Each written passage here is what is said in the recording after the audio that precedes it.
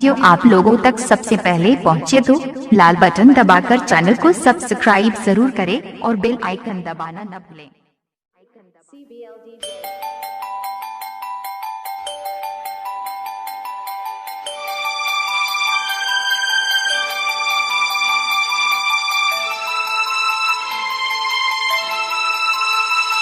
Presented by CBL DJ. Sandeep बाबू।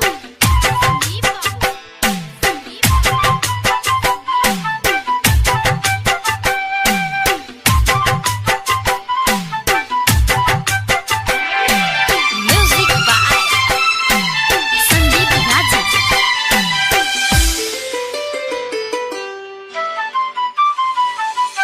हमके बता दे रे चंदा कवना दिशा में जहानु रहेली, कवना दिशा में जहानु रहेली, दिशा में जहानु रहेली। हमके बता दे रे चंदा कवना दिशा में जहानु रहेली, कवना दिशा में जहानु रहेली।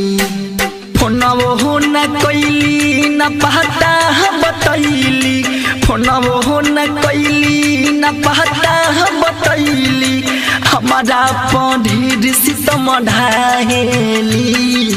हमके बता दे रे पुरावा कवना दिशा में जहानु रहेली, कवना दिशा में जहानु रहेली। हमके बता दे रे चंदा कवना दिशा में जहानु रहेली।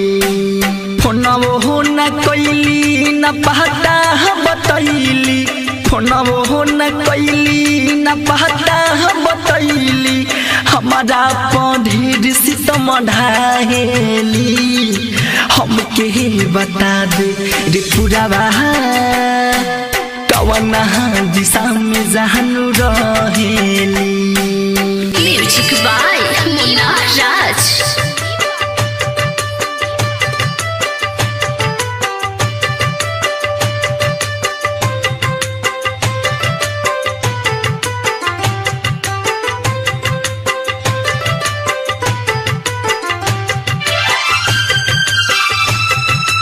Presented by CBL DJ. लागे ना मोर जिया पाली हली उटिया, पल पल सतावेला उनकरिया, पल सतावेला उनकरिया। हो लागे ना मोर जिया पाली हली उटिया, पल पल सतावेला उनकरिया। कैसे संभाली दिलवा के अपना, कैसे संभाली दिलवा के अपना, का जाने कैसे दूरी सहेली। हमके बता दे रे पुरावा कवना दिशा में जहानु रहेली, कवना दिशा में जहानु रहेली। हमके बता दे रे चंदा कवना दिशा में जहानु रहेली। संदीप बाबू।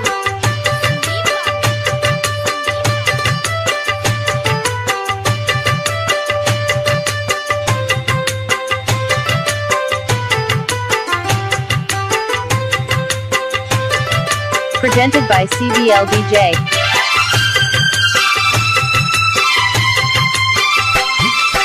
कौन कसुर भइल सपना मोर चुर भइल, उनकेला मनवा हरेला हो, उनकेला मनवा हरेला हो। कौन कसुर भइल सपना मोर चुर भइल, मुनीलाल के मनवा हरेला हो। घुट घुट के जिएल धड़कन धनंजय, घुट घुट के जिएले अरविंद कुंदन, मुना विजय रोवेली। हमके बता दे रे पुरावा कवना दिशा में जहानु रहे।